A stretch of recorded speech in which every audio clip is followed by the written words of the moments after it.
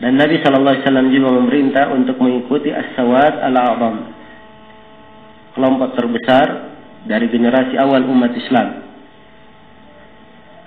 Ya, itu disebut dengan nama as-sawadul a'zam. Sebab ketika Rasulullah SAW meninggal, yang ada di muka bumi mereka adalah para sahabat, dan mereka adalah orang-orang yang terbaik di tengah umat dan kelompok yang terbesar dari kaum muslimin. Jadi kalau dikatakan mengikuti as-sawadil a'zam, artinya mengikuti generasi pertama dari umat ini, mengikuti para sahabat Nabi sallallahu alaihi wasallam. Dan Nabi juga bersabda, al-jama'atu rahmah, berjamaah itu adalah rahmat, dan berpecah adalah adab. Berjamaah maksudnya adalah rahmat, yaitu mengikuti Al-Quran dan As-Sunnah dan kesepakatan para sahabat, itu adalah rahmat. Keluar dari hal tersebut itu namanya perpecahan, dan perpecahan adalah adab. Ya, ini makna jamaah yang pertama. Dan bisa juga makna jamaah diartikan kaum muslimin yang bersatu di bawah kepemimpinan seorang kepala negara. Ya. Maka mereka disebut sebagai al-jamaah. Keberadaan mereka taat kepada pimpinan itu adalah rahmat. Kapan mereka berpecah, maka itu adalah adab, siksaan, sebab yang mendatangkan adab, musibah di dunia dan di akhirat. Kemudian kata beliau, wa qala ta'ala ta'kidan lima qala an-nabi sallallahu alaihi wasallam. Dan Allah Ta'ala berfirman, dan ini adalah penguat apa yang disampaikan oleh Nabi sallallahu alaihi wasallam, di mana Allah berfirman, wa may yushaqiqir rasula min ba'di al-ayah, ya, disebut al-ayah, maksudnya lanjutkan ayat ini. Kalau kelanjutan ayat, wa may yushaqiqir rasula min ba'di ma tabayyana lahul huda wa yattabi' ghayra sabilil mu'minin nuwallihi ma tawalla wa nuslihi jahannam wa sa'at masira. Ya, ini ayat di surah Nisa ayat 115. Siapa yang durhaka kepada Rasul setelah nampak baginya petunjuk dan dia mengikuti jalan selain jalan kaum mukminin. Ya, ini jamaah jalan kaum mukminin ini. Setelah para sahabat, as-sawadul a'zam, para as-salaf, dan kaum muslimin di bawah pemimpinan seorang pemimpin muslim.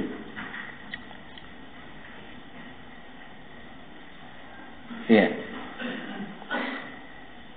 Kata beliau, fa'alaina luzumu kitabillahi ta'ala wa sunnati rasulih sallallahu alaihi wasallam wa tariqi jama'atil muslimin wa tarkil istira' wal ibtida'. Maka berdasarkan ayat itu, kewajiban kita adalah komitmen terhadap kitab Allah dan komitmen terhadap sunnah Rasulullah SAW dan komitmen di atas jalan jemaah kaum muslimin dan meninggalkan ikhtira', mengada-adakan, ya, membuat hal yang baru, wal ibtida', dan mengada-adakan perkara baru. Ya, jadi kewajiban adalah berpegang teguh dengan Al-Quran dan As-Sunnah, mengikuti jalan para sahabat, ya, tidak membuat perkara baru. Sebab agama telah sempurna, tuntunan telah dijelaskan, ya, dan sebagaimana yang telah kita uraikan di pertemuan sebelumnya, bahwa agama ini menerangkan segala kebaikan yang diperlukan oleh umat dan menerangkan segala kejelekan yang bisa membahayakan umat. Ya. Dengan demikian kita tidak perlu ada membuat tuntunan baru. Kewajiban kita hanya sekedar mengikuti, ya, kitab Allah dan sunnah Rasulullah sallallahu alaihi wasallam dan mengikuti jemaah kaum muslimin, meninggalkan bid'ah. Kemudian kata Syafi'i, wa qala Rasulullah sallallahu alaihi wasallam, dan Rasulullah sallallahu alaihi wasallam bersabda, inna bani Israil istaraku ala 71 firqatan wa anna an-nasara atau inna an-nasara istaraku ala 72 firqatan wa inna ummati sataftariku ala 73 firqah kulluhum ala ad-dhalal illa as-sawad al-a'zam.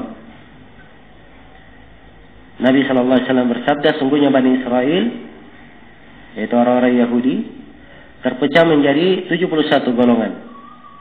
Dan orang-orang Nasara terpecah menjadi 72 golongan. Dan umatku akan terpecah menjadi 73 golongan. Semuanya di atas kesesatan kecuali as-sawad al-a'zam.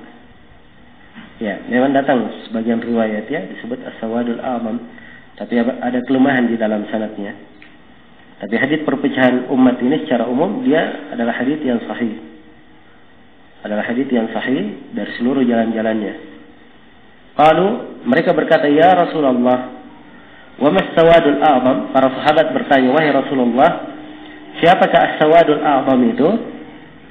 Qala, maka Nabi menjawab, man kana min ummati ala ma kuntu alaihi ana wa ashabi. As-sawadul a'zam adalah siapa saja dari umatku. Penyebutan siapa saja.